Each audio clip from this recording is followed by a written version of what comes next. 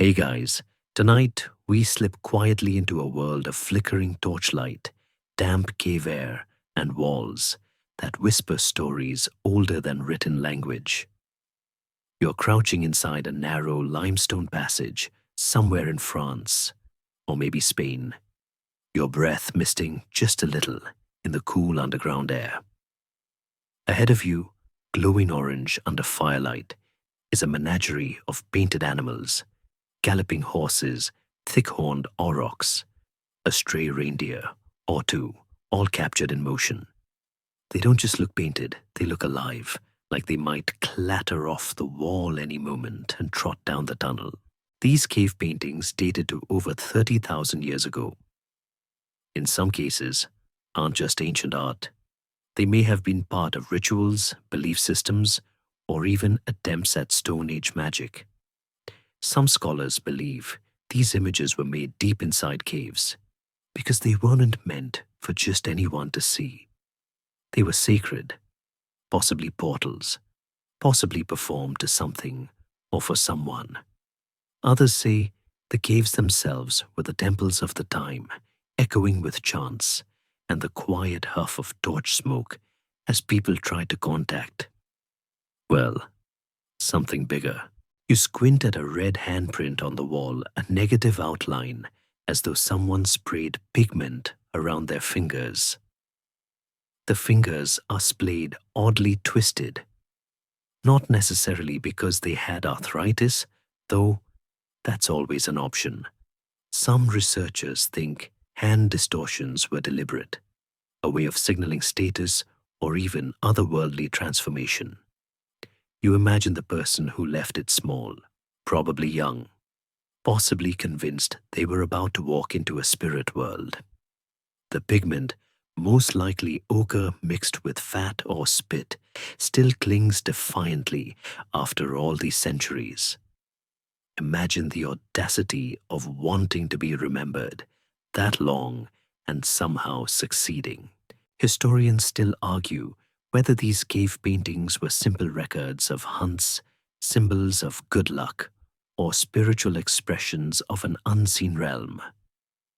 There's also the theory that shamans would enter trances sometimes with the aid of hallucinogenic plants, or, sheer exhaustion, and that the wild overlapping images reflected their visions, which does explain the occasional minotaur-shaped moose. Then there's the eerie silence. Caves like Chauvet Altamira and Lascaux weren't just art studios. Acoustics mattered. Clapping in some of these chambers produces strange echoes, some soft and warm, others sharp enough to make your spine shiver. It's likely they chose spots to paint based partly on sound, not just space. Imagine your voice bouncing around like a ghost in the dark. Maybe that was part of the ritual.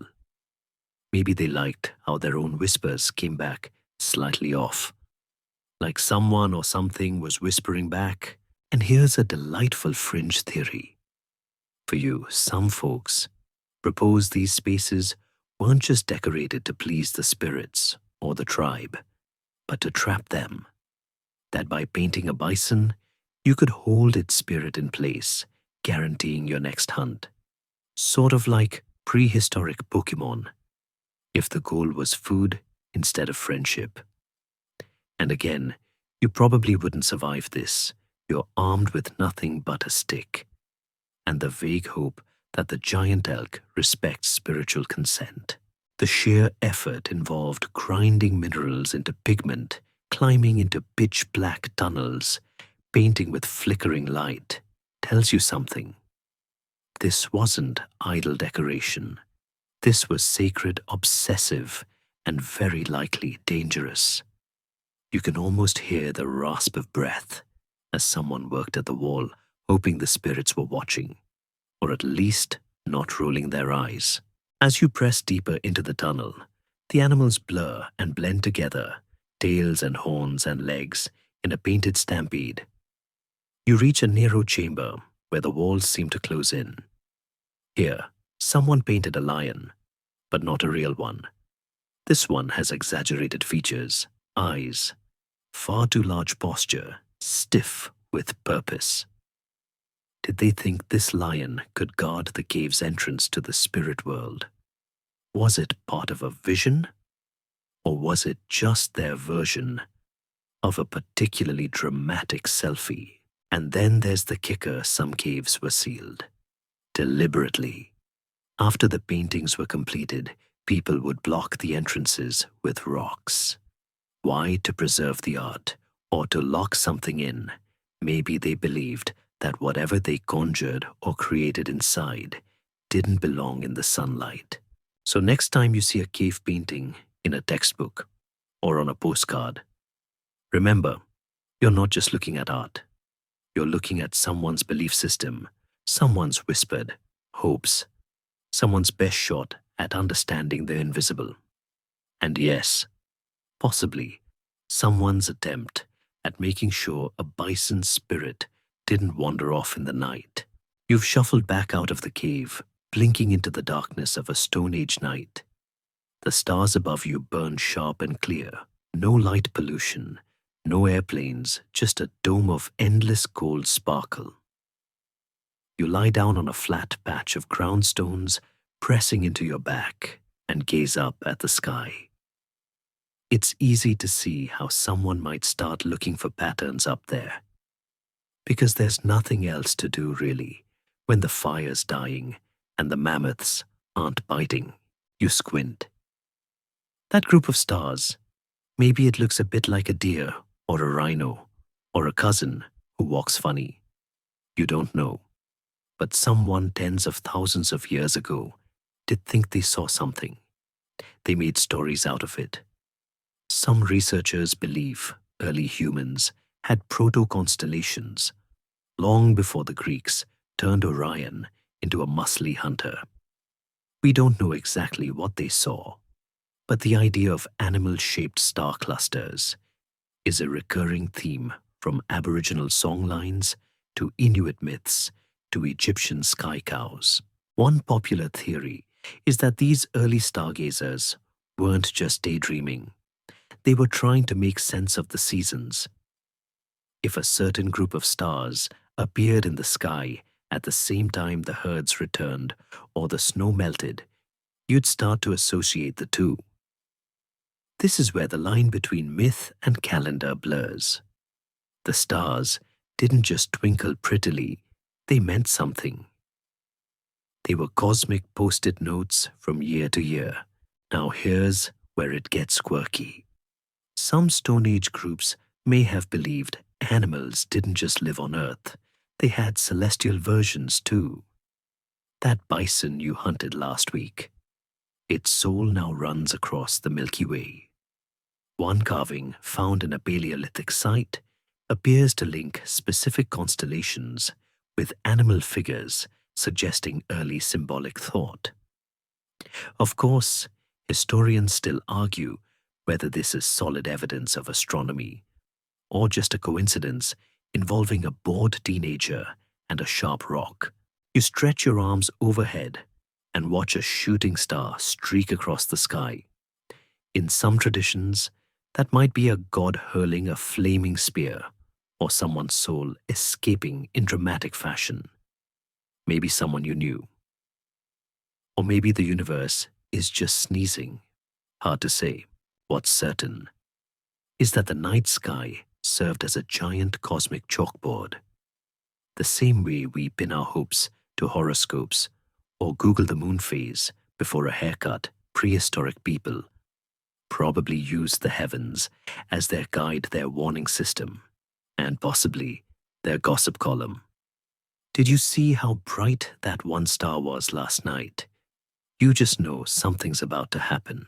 And then there's the moon, more on her later. But for now, let's talk about how prehistoric people likely tracked time. Some carved bones and stones with what look suspiciously like tally marks. One famous example, the Blanchard bone, might have been an early lunar calendar. Imagine keeping track of your monthlies, not on a phone app, but by carving tiny notches into an antler. functional, and stylish. Here's a delightful fringe idea.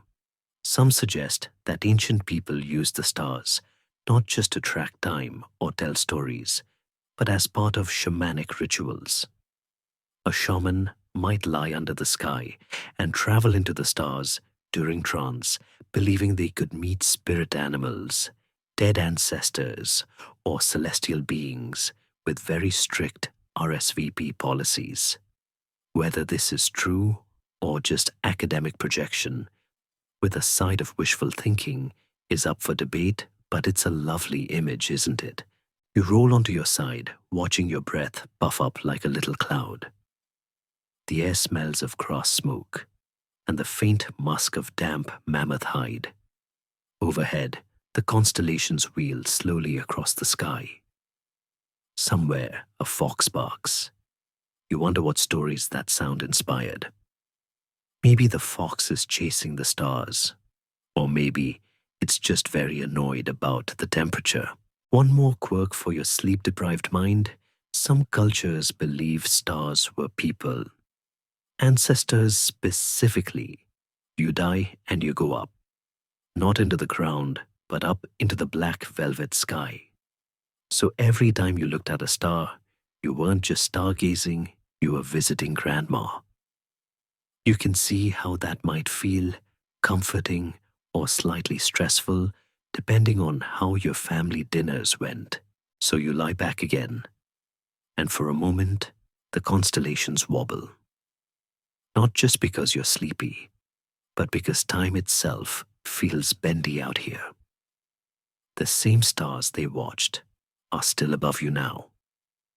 Maybe you're staring at the exact same pattern that told someone when to plant, when to move camp, or when to light a fire and dance like your life depended on it. And perhaps it did, the next morning, or what passes for it. When your only clock is the light shifting through the trees, you wake up with a sore back and a stone clutched in your hand. It's smooth, dark, and oddly warm, even though the air is cool. You don't remember picking it up, but somehow it just feels important. In the Stone Age, that feeling could mean everything. People back then weren't just carting around rocks for fun. Some stones, especially ones that were unusually shaped or mysteriously magnetic, were considered powerful, possibly magical. If a pebble made a funny noise when tapped or sparkled under sunlight, you bet someone decided it could heal a headache, protect a baby, or maybe help call the rain. You stare at your pebble and wonder, was it a sacred tool, a good luck charm, or a prehistoric fidget toy? There's evidence that certain rocks were chosen specifically for their visual appeal. Jet fossilized wood turned glossy black was prized in prehistoric Britain. It shows up in burial sites shaped into beads and bangles often worn or carried by the living and the dead. Was it thought to have protective powers? Or did people just like how cool it looked? Historians still argue whether these objects were status symbols, spiritual tokens, or something in between. But clearly, rocks were more than rocks. You shuffle toward a nearby camp, where people are quietly arranging stones in a circle. One man, perhaps, a local shaman, whispers to them, not to the people, to the stones, and you're not even surprised. Some traditions held that rocks could hear or even speak. Whispering stones appear in folklore across many cultures, often long after the Stone Age ended. The idea that you could talk to the land and it might talk back isn't new. It's just deeply human. And yes, here's a fringe theory for your mental collection.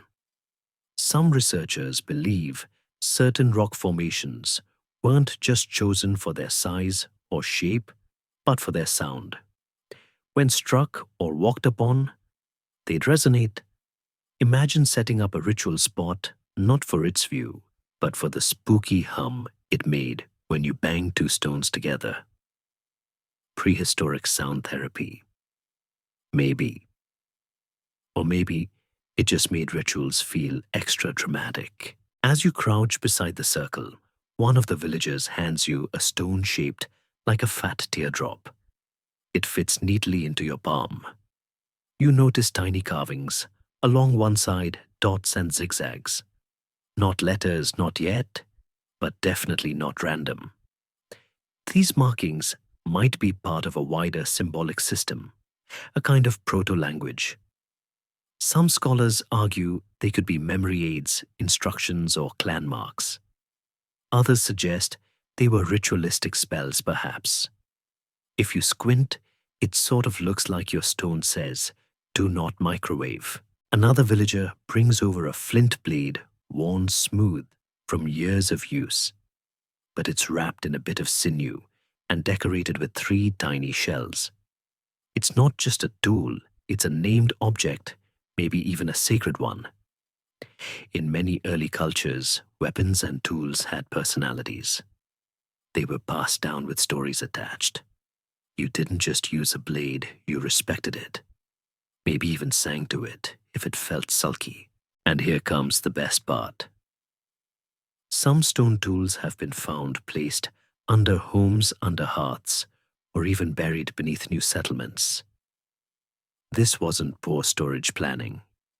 These were offerings. Just like you might hang a horseshoe over a door or bury a time capsule in the garden. Stone Age people put stones in special places to bring luck, ward off spirits, or anchor their new home with a blessing. You feel the weight of the stone in your hand. It's not heavy, but it is dense. Like it remembers things, like it wants to be important. Maybe it's all in your head, or maybe that's exactly the point. A child walks past giggling, dragging a long flat stone along the dirt like a toy car. You realize some of these stones were probably used by children too. For play, for learning, for pretending. If you grew up in a world without plastic screens or paper, what else would you use? Stones weren't just tools.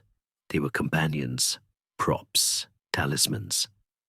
Some might even have been named like a beloved stuffed animal or pet rock with very serious responsibilities. You tuck your pebble into your pouch, feeling oddly reassured by its presence. Not because it glows or hums or talks back, but because someone once believed it could. And belief, as it turns out, is heavier than granite. Night falls again. And this time, you're closer to a fire. Not your modern sort of fire pit, with a ring of bricks and someone asking where the marshmallows are, but a smoky, flickering heap of embers, where shadows do most of the storytelling. Around it, people gather in a loose circle. You're there too, half dozing, half watching, as a woman stands and begins to sway. Then another joins in. Then 3 more. It's not exactly graceful. There's stomping, arm-waving, the occasional whoop. But it's rhythmic, deliberate, and definitely meaningful. Welcome to your first Stone Age dance ritual. People didn't just boogie for fun back then. Though, honestly, it might have been fun too. Dance served as communication ceremony and possibly persuasion. You watch them move with increasing speed, circling the fire like orbiting planets. Historians still argue whether these dances were meant to call down the rain-summon animals, or simply bond the group through collective movement. Either way, it's clear something important is happening. And your feet. They're already twitching to join in. There's a popular theory that Stone Age people danced to influence natural forces. Rain for one. If the skies were dry and your crops depended on a good soaking, you might gather the tribe and start jumping. Loudly, repetitively, with rattles feathers and maybe a strategically placed mammoth skull or two. The hope that the gods or whatever forces governed water were listening. You glance around the fire and notice something else: costumes. Well, sort of. One man has draped himself in reindeer hide and attached long lopsided antlers to his head. He doesn't speak, just prances. Another dancer wears a shaggy cloak and growls convincingly. It's less ballet, more interpretive animal cosplay. Still, it's captivating and funny and just a little eerie. This wasn't just for show. Many anthropologists believe these were ritual reenactments, preludes to hunts, or ways to connect with animal spirits. They weren't trying to imitate animals for entertainment, they were trying to become them. A deer dance might help the tribe understand how the deer thinks, moves, or decides where to hide. Or maybe the spirit of the animal would notice the effort and feel flattered enough to trot into view the next morning. Flattery, as always, gets you far. A fringe idea that's gained a bit of traction lately suggests that these dances weren't always public. Some might have been performed in hidden places, caves, wooded clearings, narrow valleys, where only initiates were allowed to join. The steps, secret. The music, deeply off-key. But the meaning, incredibly personal. You weren't just dancing to celebrate a successful hunt. You were dancing to connect to something beyond, something unknowable, and preferably something benevolent. You notice a child joining the dance, now tottering through the mud in oversized fur boots. The adults let her. Maybe it's part of the training, or maybe the spirits like youthful enthusiasm. She holds a rattle made from a gourd and some pebbles, and it makes a noise that sounds suspiciously like someone trying to shuffle a bag of crisps discreetly. It fits right in. Historians often point to cave art showing rows of stick-like figures in dancing poses, arms up, legs spread, heads back. Were these snapshots of real events, symbols of specific rituals, or someone's doodle during a particularly long and dull winter? No one knows.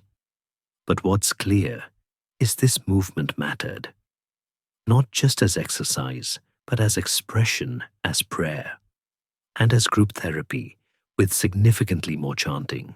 The reindeer impersonator takes a dramatic leap, stumbles slightly, then recovers.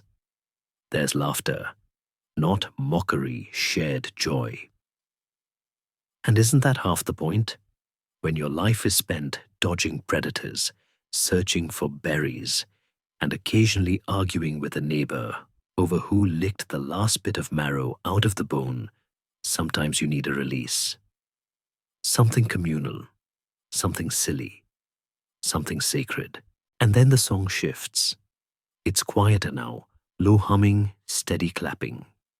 The dancers slow. They move like sleepwalkers. You feel your own body responding, your breath syncing with theirs, your heartbeat thudding gently in your chest like a drum played far away. This isn't performance anymore. It's trance. Some researchers think these dances induced altered states, not necessarily with the help of substances. Though, let's be honest, mushrooms were definitely around, but through sheer repetition. Spinning, stomping, chanting, do it long enough, and your brain rewires itself. You see things, hear things, feel things, maybe even a connection to the spirit world, or at the very least, a deep appreciation for sitting down afterward. And that's what happens now. The dance ends, the fire pops, people collapse into the grass, breathless but calm. The child with the gourd rattle falls asleep mid-sway.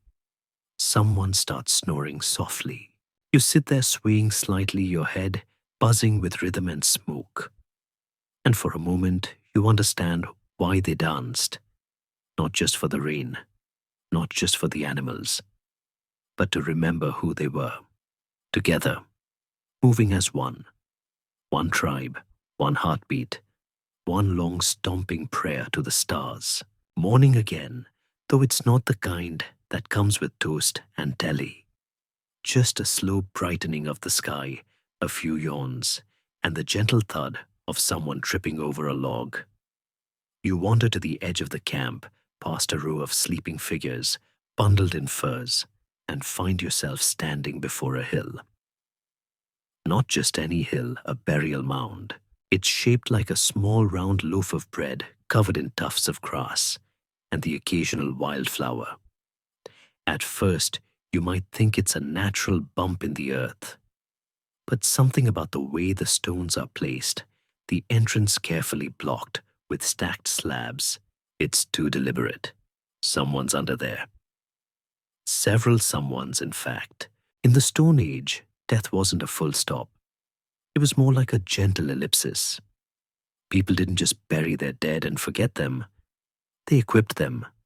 Food tools, beads, flint knives, bone needles, sometimes even carved figurines. It's as if they thought the afterlife needed a bit of backing. Maybe it was a long journey, or maybe the next world had a really fussy dress code. You crouch by the mound and imagine a burial in progress. The body, perhaps curled into a fetal position, is placed carefully in a shallow pit. Someone tucks a carved bear figurine near their hand. Another lays a flint blade at their hip. A final touch, a shell necklace, painstakingly strung, now gleaming faintly in the morning light. Then earth, then stone, then silence. This wasn't just disposal. It was preparation.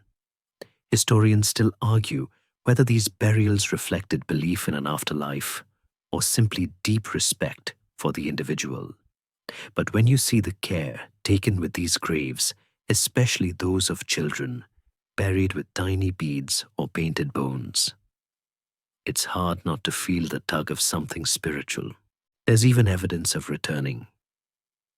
Some burial sites show signs of being reopened, possibly to add new bodies, retrieve heirlooms, or even interact with the deceased. A little chat, a quick offering. It's morbid, yes, but also oddly touching. Like they believed the dead were just slightly less available than before, but still very much part of the family. Here's where things get charmingly strange. In some Neolithic sites, skulls were removed from graves and kept elsewhere. Placed on shelves, perhaps. Decorated even. It's unclear whether these skulls belong to revered ancestors or simply unlucky favorites. Some scholars suggest it was about connecting to lineage, keeping grandma literally close at hand. Others think it might have had a ritual purpose involving memory status, or dare we say it, early home decor.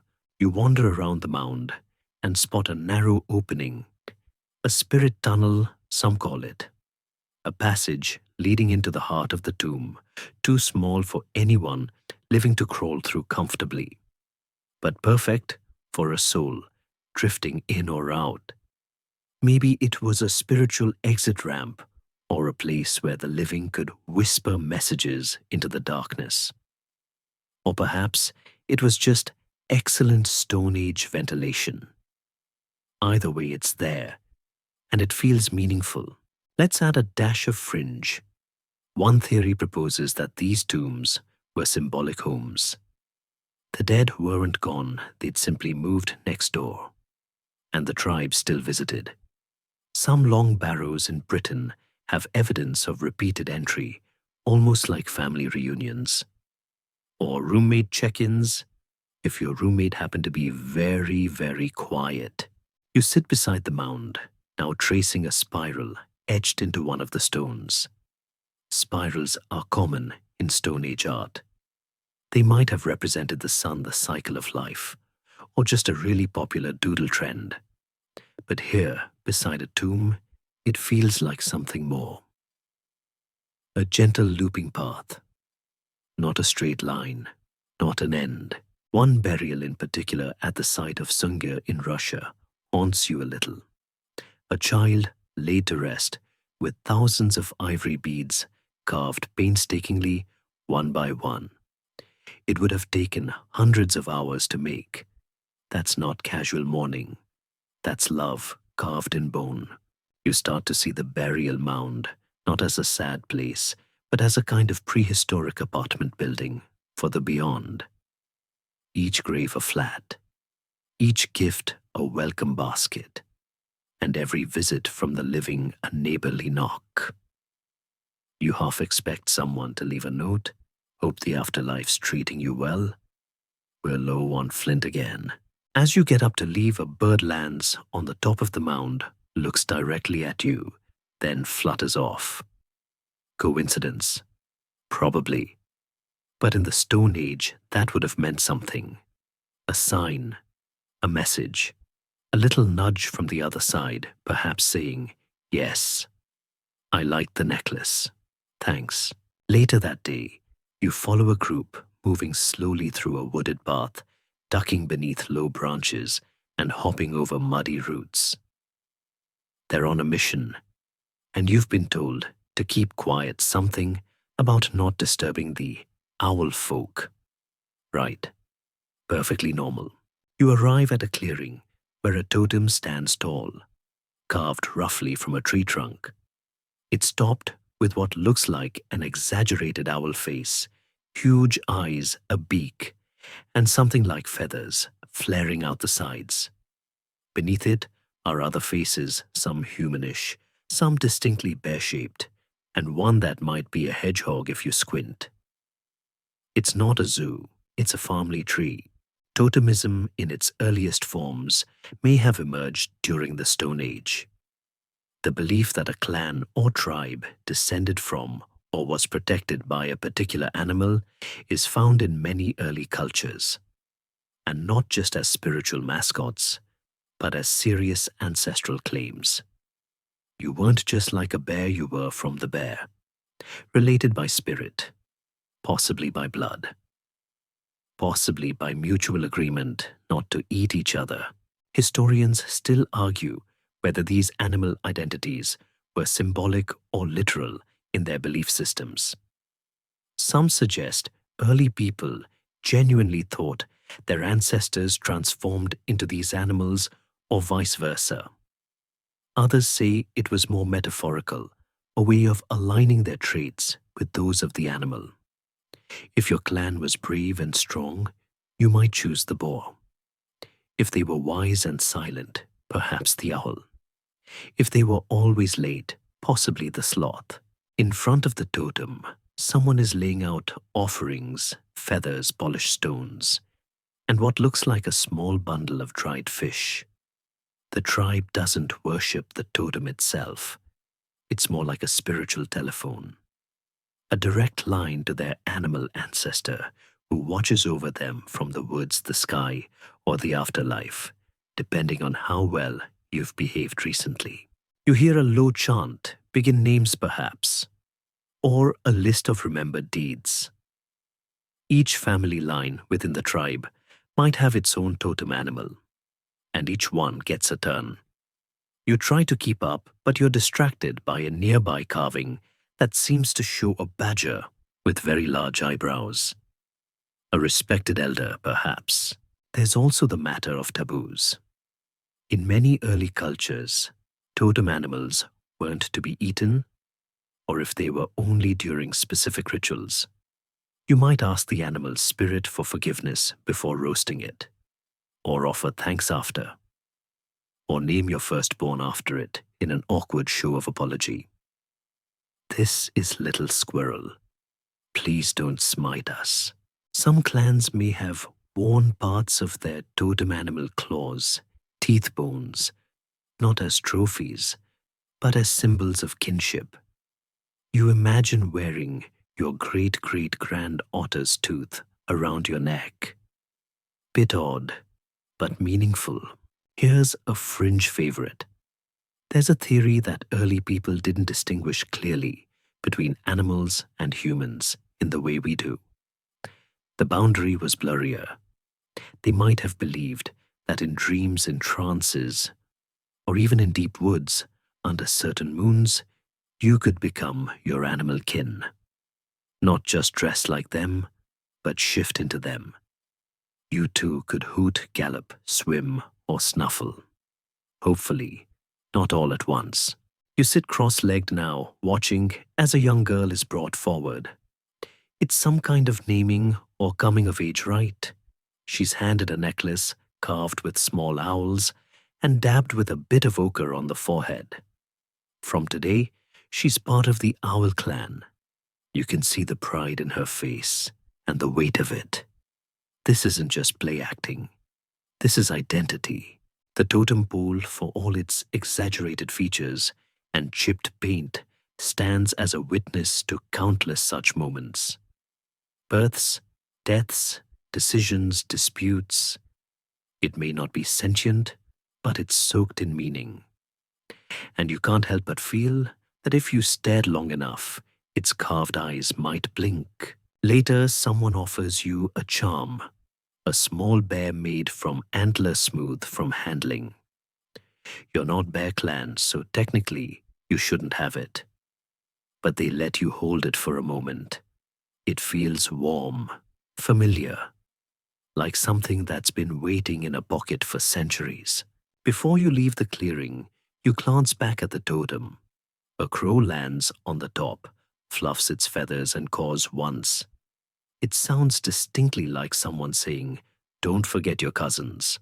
You won't? Evening settles again with that particular kind of hush that makes your ears ring slightly. The tribe has gone quiet, not asleep, just waiting. There's a new energy in the air, like something's about to arrive. Not someone, something. You sit a little straighter, then he appears. Or they. It's hard to tell honestly. A figure draped in animal skins and feathers, face obscured by ochre and soot, steps into the firelight. Everyone moves aside. Not out of fear, but respect. This is the shaman, the spirit walker, the dream commuter. And you're lucky you're about to see what that actually means. Shamans in the Stone Age weren't priests in the traditional sense. They didn't preach or write holy texts. They traveled into dreams, into illness, into that blurry veil between life and death. You watch now as the figure begins a rhythmic movement, half sway, half twitch. A drum starts up, low, steady, like a second heartbeat. You've heard the theories that Stone Age shamans use trance to heal, to see the future, or to chat casually with spirits. Some scholars think it was all ritual theater. Others argue they genuinely believed they were leaving their bodies. And who's to say they weren't? The human mind is a wibbly thing. Tonight you watch this shaman drop slowly to the ground, arms outstretched, breath shallow. Someone lays a stone on their chest, another at their feet. Tools maybe, or anchors, or just good luck. The drum keeps beating, and then silence. Everyone waits. There's a feeling of suspended time. You wonder if the shaman is asleep or gone, somewhere deep. Some early theories compared this to modern hypnosis. Fringe ones suggest these trances were journeys into parallel worlds, dimensions, where ancestors' spirits and perhaps long-extinct animals still roamed freely. Dream safaris. No passport needed. The shaman stirs. A soft moan. Then words quiet, garbled maybe in a forgotten tongue. A name is mentioned. A warning perhaps. Or a blessing. You can't tell. But everyone listens like it matters. Because to them, it does. Shamans often doubled as healers. Not just with herbs or bone-setting skills, but with rituals that address the soul. If someone was sick, it wasn't just the body that was broken, it might be the spirit. Or maybe something had been stolen. A bit of your energy misplaced in the dream world. So the shaman would journey to retrieve it. In some traditions, they use sound drumming, rattles, humming in circular rhythms. In others, it was dance or pain or fasting. Some used herbs, fungi, or fermented drinks that made the stars swirl and the trees whisper. Of course, not everyone had access to psychedelic berries on demand, so sometimes sheer belief was the only tool required. You remember a cave from earlier, how some of those painted figures looked mid-motion, half human, half animal. Some historians suggest they represent shamans in transformation. You picture it now, someone entering trance, imagining or becoming a bird, a deer, a fish, traveling across invisible lines guided by instinct and drumbeat, like a dream with a destination. And there's this: in several burial sites, shamans seem to have been buried with peculiar collections, multiple tools, odd carvings, or animal parts. One grave in modern-day Israel revealed a woman interred with tortoise shells, an eagle wing, and the pelvis of a leopard. Either she was the world's least organized collector, or she was important. A traveler, a guide. You look back at the fire. The shaman is sitting up now, blinking dazed but calm. A few people approach, one with an injury, another clutching their stomach. No words, just gestures. The shaman touches their heads, hums low nods. Maybe that's all they needed. A bit of spiritual recalibration. You know, like turning your Wi-Fi off and on again, but for your soul. There's a quiet reverence to it all. No big show, no smoke bombs, just belief held carefully between breath and bone. And whether you believe it works, that's not the point. What matters is that they do. That in a world full of predators, storms, and mysterious stomachaches, someone was brave enough to say, "I'll go looking in the dark," and come back with the light. It's midday now, and the sky's having a bit of a tantrum. Gray clouds gather in slow swirls overhead, and thunder crumbles somewhere in the distance. You duck under an overhang, but the tribe, they stop, look up, wait. No panic, just caution. You get the sense this isn't just weather to them. It's a mood, a celestial sulk. You've heard of gods before, distant beings with egos, thrones, and dramatic wardrobes. But the Stone Age version, a little wilder. Less robe, more storm cloud. Less throne, more mountain top, with an attitude problem. Across cultures, early people often attributed natural phenomena to deities or spirits. Thunder, that was someone shouting. Lightning, a spear hurled from the heavens. Rain, either a blessing or someone up there had questionable plumbing. One clap of thunder echoes across the valley, and a few of the tribe mutter something under their breath. You don't catch the words, but the tone is clear. Respect, appeasement, possibly an apology. For what exactly? Who knows? Maybe someone took the last bit of dried fish without asking. Historians still argue whether early humans believed in specific deities or more general forces. Some evidence suggests a sky god, an all-seeing figure, powerful and moody. Others argue it was a collection of local spirits, one for the river, one for the wind, one for the tree you definitely should not have peed on. And then there's the fringe camp. Some believe that these weather-related beliefs weren't so much about worship but negotiation. You don't just praise the storm, you bargain with it. You offer things, bits of food, songs, a carved charm left at a sacred site. One researcher once found a carefully arranged pile of antlers at the top of a windswept ridge. No clear function, just offered. Maybe the wind liked bone arrangements. A gust of air swirls past you now, and someone next to you whistles softly. Not a song, just a tone, directed upward, a greeting or perhaps a dare. You glance up. The clouds are definitely thinking about it. There's a tale passed among the tribe, half spoken, half mimed, about a time the sky got so angry it cracked open. Rain for days, rivers rising, animals fleeing. The reason someone lit a fire too high. Smoke rose into the heavens and irritated the sky spirit's eyes. A lesson perhaps in humility or just early environmentalism. Children are taught to respect the sky early. If lightning strikes, they're told to sit still, to watch, to listen. Because maybe, just maybe, the thunder carries messages, instructions, warnings. One child once claimed to hear their name in the storm. The adults didn't laugh. They nodded, quietly impressed. You try not to feel jealous. You walk now to a stone circle nearby, nothing grand, just a few lichen-covered rocks arranged in a loose spiral. People stand there during storms, not to be dramatic, to feel connected. Some believe the stones hum during certain weather. Others say the wind sounds different here, like it's speaking. You lean in. All you hear is the low rustle of grass. But even that feels intentional. And what about the sun? Surely they had a sunny deity too.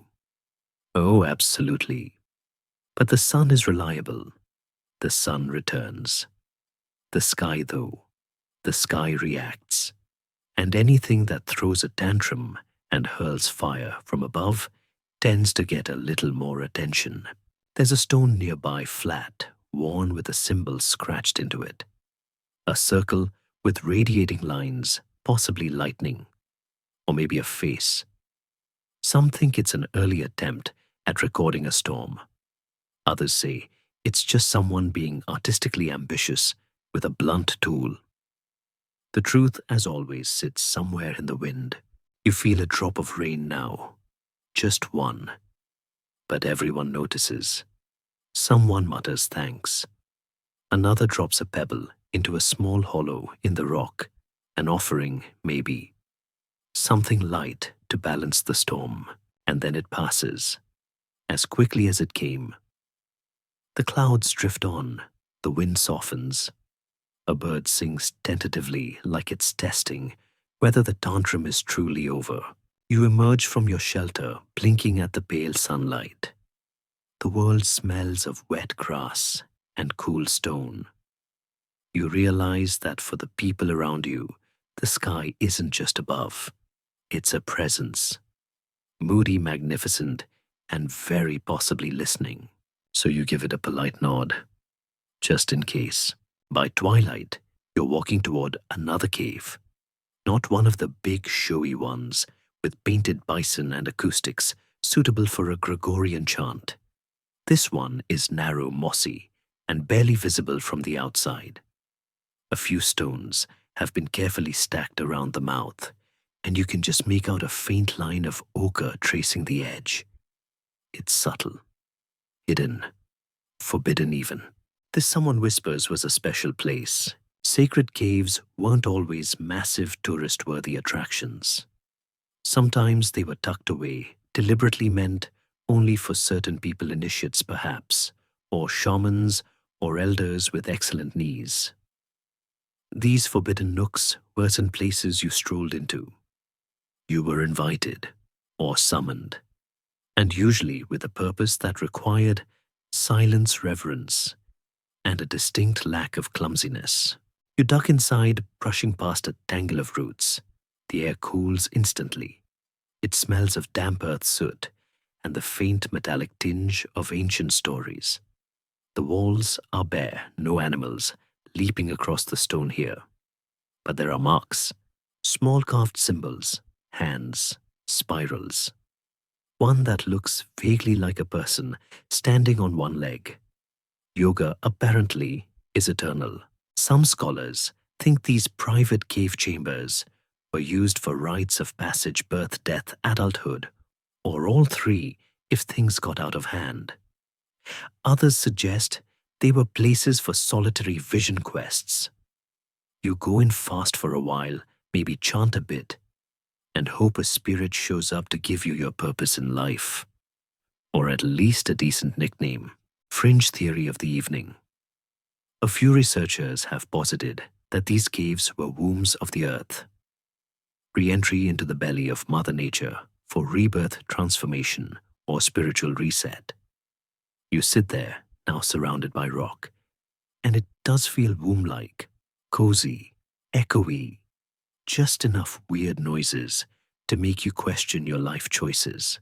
And what about those who weren't meant to enter at all? In some cultures, certain spaces were reserved entirely for the dead or their keepers. You weren't supposed to peek, poke, or picnic there. The cave kept its secrets, and the people outside respected that. If the entrance was blocked with stones, you didn't move them, unless you really wanted a ghostly tap on the shoulder at bedtime. You shuffle deeper in, and the space narrows to a tiny alcove. There you see it, a niche carved into the wall. Inside, a bundle of feathers, a few stones, a tooth, maybe human, an offering. To whom? No idea. But someone placed it there deliberately and didn't come back for it. You sit, breathe. You try to imagine what it was like to spend a night here alone. No torch, no phone, just the drip of water and the soft shuffle of something, probably a bat. These places weren't about comfort. They were about transformation. You enter one person, you leave slightly weirder, possibly wiser. There's a tale in this tribe about a girl who entered such a cave to dream her adult name. She stayed 3 days, no food, just water, and the echoes. When she came out, she claimed she'd spoken with a deer made of stars. That night, she danced like one, and no one laughed. They nodded. Her name, Star Deer. Of course it was. Historians still argue whether such caves were truly off-limits or simply misunderstood by modern observers. But the atmosphere here is undeniable. You don't want to talk. Even in your head, your thoughts quiet down, like the rock is listening, and frankly, judging your volume. You notice another symbol, a figure with arms raised. It's been pecked into the wall so many times it glows faintly where it's worn smooth. A call to something, a warning, or just someone saying, I was here and it mattered. You crawl out eventually, blinking in the darkening twilight. The others haven't moved far. They glance at you, subtly checking. Did you see anything? Hear anything? You shrug. Maybe. Maybe not. That's kind of the point. You look back once more. The entrance is nearly invisible again. Just a bump in the rock. A suggestion. A place you could pass 1,000 times and never notice. But someone did. Darkness now. Proper darkness, with the moon rising like a slow, curious eye above the trees. You've wandered away from camp. A little not too far. Just enough for the sounds to dim. The moonlight spills over the ground, in patches catching on stones and tree trunks, turning everything silver and softly strange. You stare up at that great glowing disk. It looks so close, doesn't it? Like you could climb a tall enough hill and whisper a request. And in the Stone Age, that might not have seemed so far-fetched. The moon wasn't just a light in the sky. It was a god, a clock, a guardian. Sometimes all three, sometimes more. Let's start with the practical. Many scholars agree that early people likely used the moon as a kind of calendar. Its regular waxing and waning, predictable, visible, and frankly quite lovely, made it a natural choice for timekeeping. Certain notched bones, like the famed Ishango bone, suggest that people may have been tracking lunar cycles tens of thousands of years ago. That's your monthly planner sorted then, though granted it's a bit harder to fit in a pocket. But then there's the belief side. Across different Stone Age cultures, the moon was often personified, usually as female, though not always. She waxed, waned, disappeared, and returned just like the seasons, or the tide, or whisper it, human fertility. The connection between the moon and menstrual cycles isn't just modern small talk. Many early societies noticed it.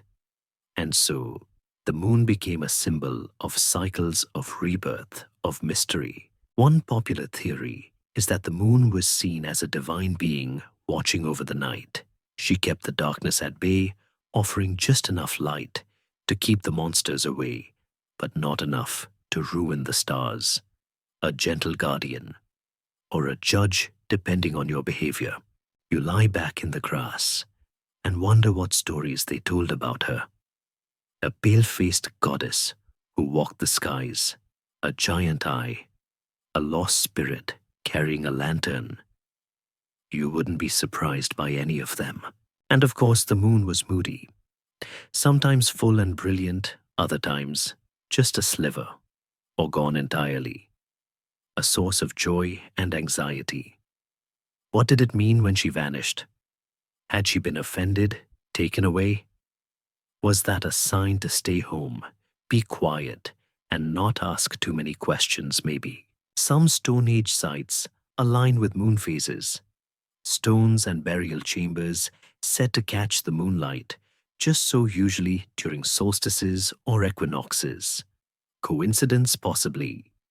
Or maybe someone really wanted the goddess of the night to have the best seat in the house.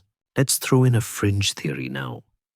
There are those who believe some Stone Age people thought the moon was literally a place, a land of spirits perhaps, or the final destination for souls. When someone died, maybe they journeyed upward, not metaphorically, but spiritually orbital. After all, it's round. It rises, it glows. If you had to invent heaven and hadn't heard of clouds, the moon would be a pretty good shout. One old tradition hints that when the moon is low and orange, it's full of life souls peeking down, checking in, maybe judging your flint skills. A bit unsettling, yes, but also oddly comforting. The idea that your ancestors were watching shimmering quietly in the dark sky. And here's something to chew on, you know. That old belief about the moon being made of cheese. That may not be entirely a joke. Some ancient myths depict the moon as being soft edible or curiously alive. Maybe it wasn't cheese, but it might have been thought of as something harvestable in a dream sense. You wouldn't literally climb up and take a bite, but in visions, anything was on the menu. Now you hear howling, not close, not threatening, just a lonely animal voice in the distance. Maybe a wolf, maybe a human doing their best impression. Either way, the sound makes your skin prickle.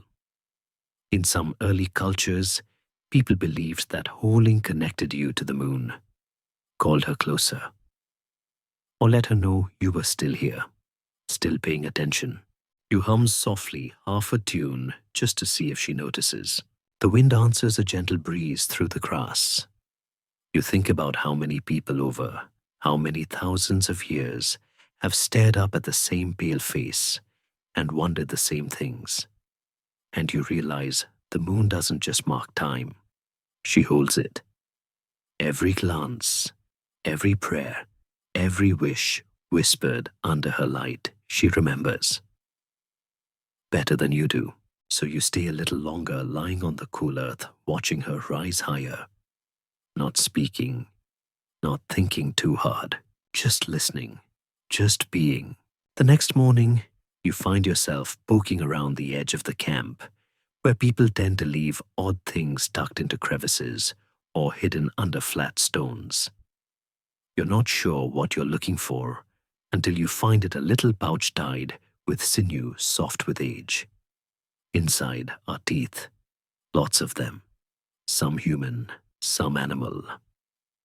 One definitely not from anything you'd want to meet in a narrow ravine. Welcome to the Stone Age charm bag. These odd collections, fangs, shells, polished stones, bits of carved bone show up all over archaeological sites. They weren't just forgotten pocket lint. These were talismans, amulets, early tools of belief protection identity, or possibly just the result of someone collecting things that look cool with prehistoric enthusiasm. One charm you pull out is a tiny figure no taller than your thumb. It's a squat little person, or perhaps a goddess carved from stone with oversized hips and no discernible face. These figurines appear across many Stone Age cultures. The famous ones, like the Venus of Willendorf, are textbook icons, but even the obscure ones seem to have purpose. Scholars debate whether they were fertility symbols, clan tokens, or just highly collectible prehistoric merchandise. Got the double hip Venus trade you for the no eyes one. You find another charm, a bird-shaped pendant made from bones strung on a worn leather cord. Maybe it was a token of luck. Maybe it was part of a dream ritual. Maybe it just belonged to a child who really liked birds. Historians still argue whether these items had strictly religious roles or blended sacred and secular life. There was no hard line between holy and everyday. If your lucky bear tooth helped you find dinner, it was sacred enough. A boy nearby pulls a charm from his pouch, a small stone with a hole naturally worn through it. He peers through it, giggling, then hands it to you. These so-called hagstones are found in sites stretching from Scotland to Siberia. The belief, look through one, and you might see spirits or fairies. Or if you're very unlucky, your future mother-in-law. You peer through, just trees and a distant mammoth. Still you smile. The tribe takes these items seriously. They're passed down, touched before hunts, hung above cradles. One woman wears an entire necklace of charms, each one a different animal. You imagine it jingling softly as she moves a mobile shrine, a collection of tiny guardians clinking together like polite ghosts. Here's a delightful fringe theory. Some believe these charms were part of early spirit networks, not magical in isolation, but linked, each one tuned to a person, a place, or a dream. You lose a charm, you risk breaking the chain. Very high stakes, hide and seek. There's also the possibility that these items were early forms of identification, like ID cards, but with more teeth. A certain combination of charms might say I belong to the deer clan, or I survived 3 winters and a bear encounter. You know the usual credentials, and don't overlook the kids. Stone Age children likely had their own miniature talismans, sometimes copies of adult ones, sometimes entirely their own. One site revealed a tiny carved doll worn smooth. No arms, no features, just loved. Maybe a comfort object, maybe a friend, maybe both. You picture a child whispering secrets to it at night, asking it to keep the shadows away. And maybe it did. You sit for a moment, turning the items over in your hand. They're not flashy. No gold, no jewels. But they matter. Because someone once believed they held power. Whether it was real or imagined doesn't change the weight of it. These weren't just knickknacks. They were memories, symbols, anchors in a world that changed constantly. You tuck the charm bag back where you found it, with care. The kind of care you use when returning a borrowed story. And as you do, you feel something shift, not in the world, but in you. The feeling of being watched, not with malice, with memory. You wake up early this time, before the birds, before the sun, before even The tribe's most enthusiastic fire stoker starts clattering about with flint and kindling. There's a hush, the kind of silence that asks you to walk slowly and breathe quietly. So you do. You follow a faint path to the edge of a shallow stream where the water trickles over round stones like it's humming to itself. Someone's been here before you. The earth is scuffed, the air still smells faintly of smoke, and something sharp and metallic, ochre most likely, and blood, possibly both mixed together in that familiar Stone Age recipe earth body spirit. Morning rituals in the prehistoric world weren't your quick coffee and scroll. They were layered, sensory, sacred, sometimes strange. You kneel by the stream, and someone joins you silently. A woman wrapped in furs. She's holding a flat stone smeared with red. She dips it in the water, rubs it smooth, then runs it across her own cheek. Ochre, one of the oldest pigments we know, used in cave paintings, used in burial rites, and crucially used on people. Painted on faces, hands, breasts, feet. Not for fashion, though honestly, she pulls it off, but for meaning. Historians still argue whether ochre was protective, decorative, or symbolic. Maybe all three. You're handed a lump of it now, powdery, earthy, with that iron tang that makes you think of rust and rain. You crush a bit between your fingers and feel its grainy warmth.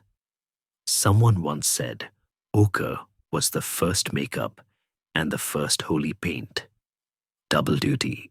You dab a bit on your forehead. No lightning strikes, no drum roll. But the woman nods approvingly. You've joined the morning ritual. Nearby, someone murmurs a chant. It's not melodic, more like spoken rhythm. Repetition. Not meant to entertain, but to settle. Words aren't important. The sound is. A sort of linguistic massage for the soul. And it's not just one person doing this. Around camp, others are marking themselves, some with ochre, some with ash, some with lines of spit and charcoal mixed with crushed herbs. It's subtle but purposeful, a way of stepping into the day. Not just physically waking up, but spiritually checking in. I'm here. I see the sun. Let's not get eaten. Some wash in the stream. Not to get clean, cleanliness wasn't really the goal, but to connect. Water had meaning. Flowing water especially was thought to carry energy, messages, even memory. You cup some in your hands and splash your face. It feels cold sharp and vaguely magical. In that probably won't survive this, but worth a try, way. Let's throw in a delightful oddity. In some early sites, people arranged bones in ritual patterns at dawn, not for meals but for marking time or honoring spirits. One bone circle found in Eastern Europe may have been realigned daily, like a calendar made of leftovers. It's a fringe idea, but charmingly committed. You return to camp to find a slow-burning fire, and a group gathered around something unusual. A large flat stone painted with concentric circles, spirals, and stick figures. It's clearly been used and reused. A sacred board, maybe. Or a Stone Age planner. This morning someone is tracing a symbol on it with their finger eyes closed, humming, marking the day, asking for clarity. Or maybe just trying to remember where they put their flint blade. One child approaches with a painted hand, smacks it onto the stone, then runs off laughing. A blessing. A prank. Possibly both. You remember how, in many early traditions, laughter had power. The god spirits, ancestors, none of them were above a good giggle. Sacred didn't mean solemn. It meant alive. And then breakfast. But not before one final ritual, a small offering. A sliver of meat, a handful of crushed nuts, placed in the fire. Smoke curls upward, carrying the scent with it. to where no one says, but everyone watches. You realize as you eat your share that morning, rituals weren't just about belief. They were about readiness, not just for weather or predators, but for meaning. You prepared your body, your mind, and your place in the universe before doing anything else, even before breakfast. As the sun finally crests the hill and warms your ochre-painted cheek, you feel something close to settled. Not in the modern sense, emails ignored, meetings postponed, but in the deeper way, anchored, ready to begin. Later that day, you're wandering again, this time toward the open moorland, where grass gives way to scattered stones, and the horizon seems a bit too wide for comfort. You're following a faint trail, nothing more than a suggestion in the dirt, until it leads you straight to a gathering of megaliths. Enormous standing stones, arranged in a circle, silent and unmoving, but somehow watching. You step cautiously between them. The stones are taller than you expected. Some lean, others stand sharp and proud. One is flat-topped and streaked with lichen, like someone tried to paint it using only badger tails. You half expect a druid to pop out from behind one and ask if you've brought the correct offering. You haven't. You have a mostly eaten berry. Close enough. Now, we all know megaliths, Stonehenge, Avebury, Callanish. But they're not unique to Britain. These great stone circles, alignments, and rows dot landscapes across Europe and beyond. Their exact origins, still a mystery. Their purpose, even more deliciously vague. Historians still argue whether they were calendars, temples, burial markers, or extremely inconvenient coat racks. You reach the center of the circle and sit. It's quiet. Not just the no birds kind of quiet, but the something is being held kind of quiet. These stones weren't just dumped here. They were dragged sometimes from miles away by people with nothing but ropes, rollers, and stubbornness. Why? Let's start with the mainstream view. Many megalithic structures align with celestial events. Solstices, equinoxes, lunar risings. Some are lined up so precisely with the sun that on certain days light cuts through a narrow passage and lands directly on a particular stone. That's either astronomy or someone had an eye for dramatic lighting. But here's where it gets fringe and fun. Some researchers think the placement wasn't just visual but acoustic. That these circles were designed for sound. You speak in one spot and your voice echoes back strangely. You hum and the vibration travels in odd, deliberate ways. Prehistoric surround sound. Ritual concerts for an audience that included the dead. You try it now, a low hum. The nearest stone doesn't echo exactly, but it holds the sound in a strange way, like it's absorbed and remembered. You hum again. It's oddly soothing. You feel like a singing insect, a very self-important one. It's possible these circles were gathering places for ceremonies. Dance, chant, sacrifice. Let's keep it PG or dream sharing. Some archaeologists have found post holes, suggesting there were wooden structures, once two roofs, maybe, or platforms. Think of it like a prehistoric amphitheater where the acoustics were great, but the seating was damp. You lie back now, the grass soft beneath you, the stones looming overhead. You notice markings, faint carvings, spirals, dots, lines. One looks a bit like a face, or maybe an owl, depending on your mood. Were these symbols of ownership, of protection, or were they graffiti? Uga was here, 2945 BC. One theory, charmingly obscure, proposes that stone circles were used to trap spirits. The idea being that by creating a perfect circle, You created a barrier, a boundary the otherworldly couldn't cross. Or perhaps it was the opposite, a welcome mat. Come, spirits. We've arranged the furniture. You hear a rustle, not threatening, just wind and grass. The stones creak in the way only very large, very old things can. And you wonder, did people come here alone or only in groups? Was this a sacred site or a stage? Some circles show signs of feasting. Bones, pots, burned wood. The kind of detritus you'd find after a big event. A funeral maybe, or a harvest celebration. Or just the world's most committed potluck. Bring a dish and something to chant. The sun begins to dip and the stones cast long shadows. They don't move, of course, but it feels like they do. Just a bit, just enough. You leave a small pebble on one of them before you go. Not because you have to, but because it feels right. Like a thank you. Like an echo of an echo. And as you walk away, you swear, you hear a hum that wasn't yours. Dusk again, and you find yourself in the mouth of yet another cave, but this one's different.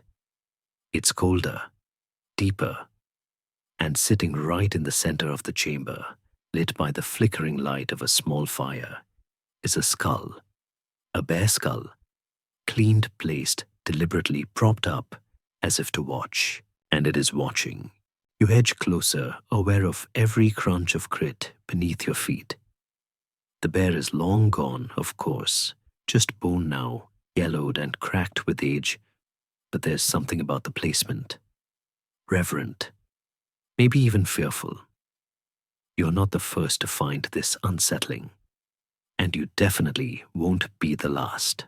In many early cultures, bears weren't just dangerous animals. They were gods, or ancestors, or both, and the Stone Age prime time for bear reverence. Across Eurasia, there's evidence that early humans, especially in cave-dwelling cultures, treated bears with a mix of awe, terror, and tenderness.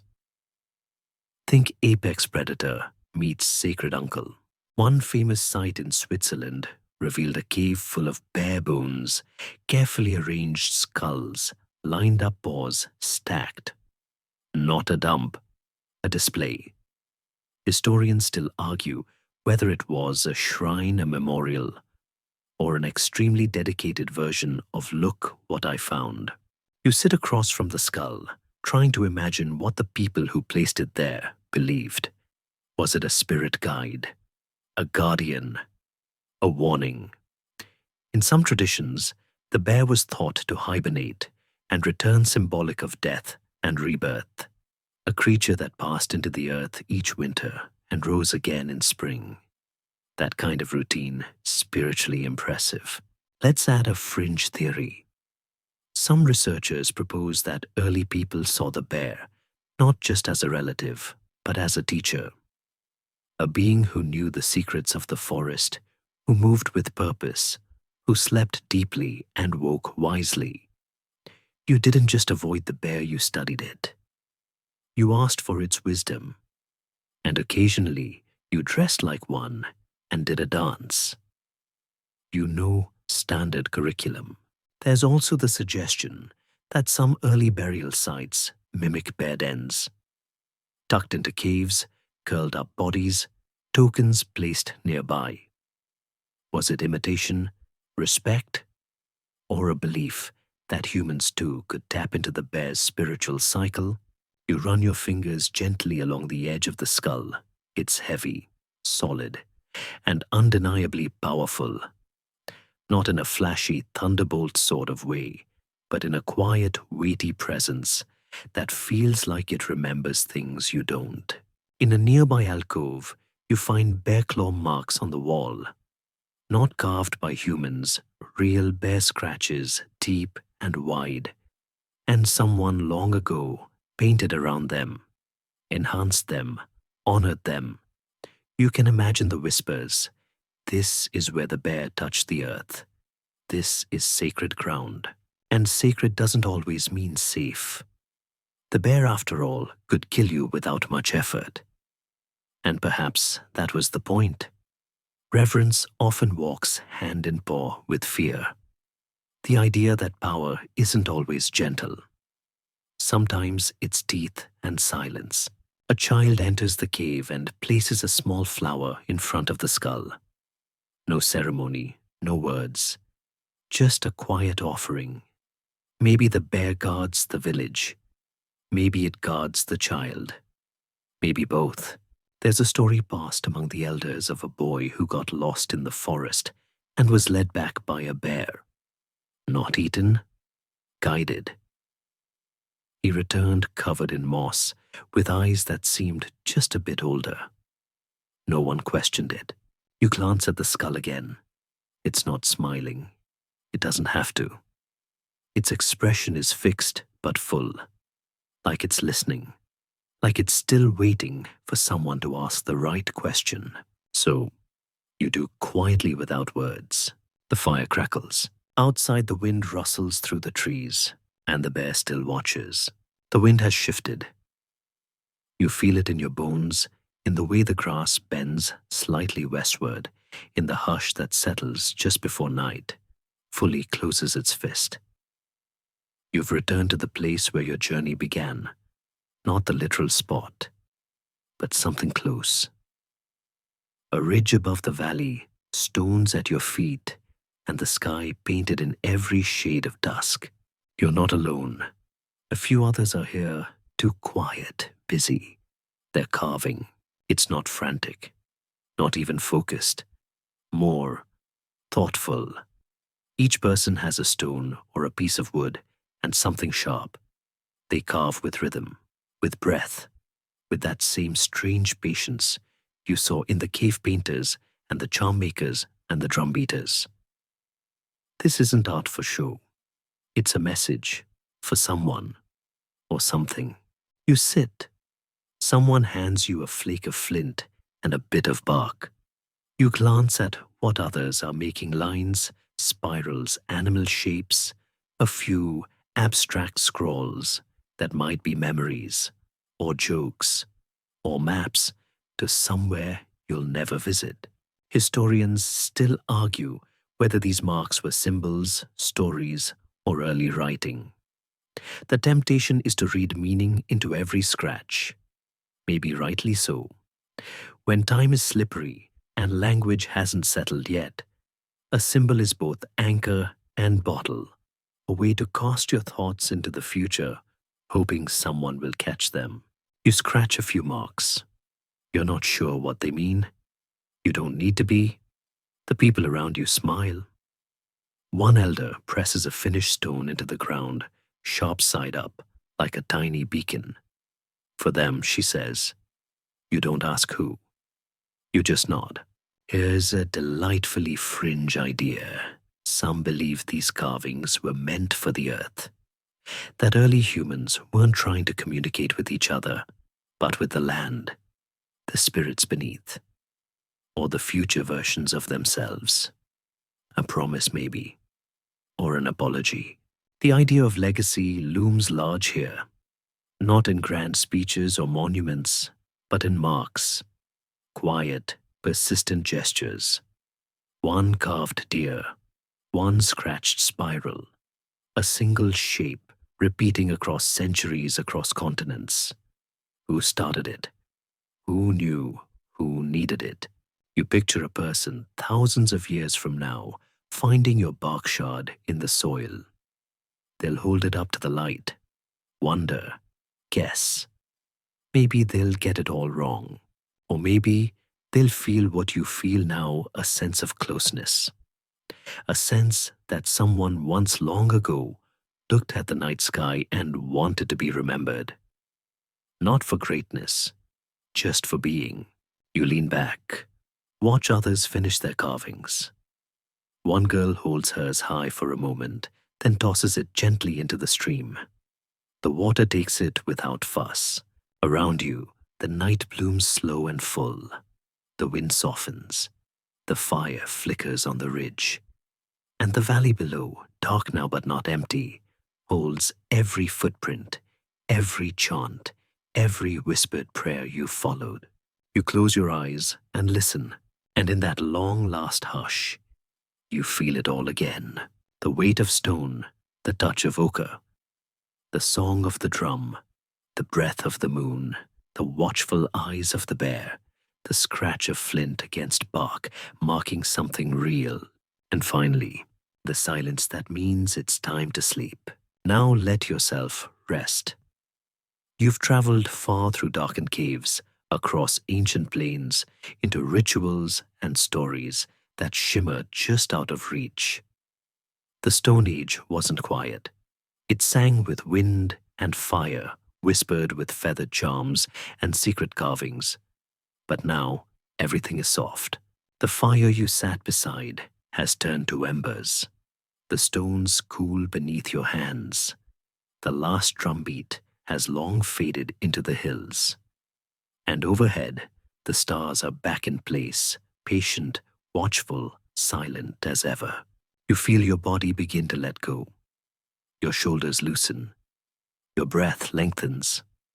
That little ache behind your eyes gives way to the warm blur of sleep's first touch.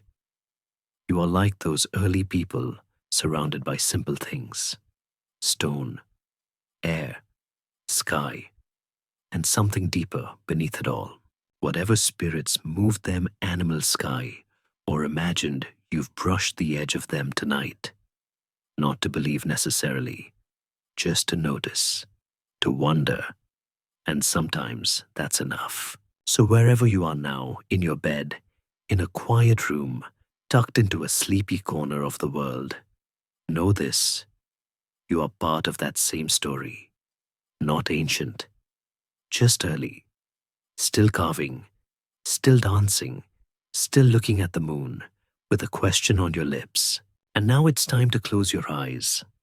Let the night cradle you. Let the dreams find you. You're safe. You're warm. You're home.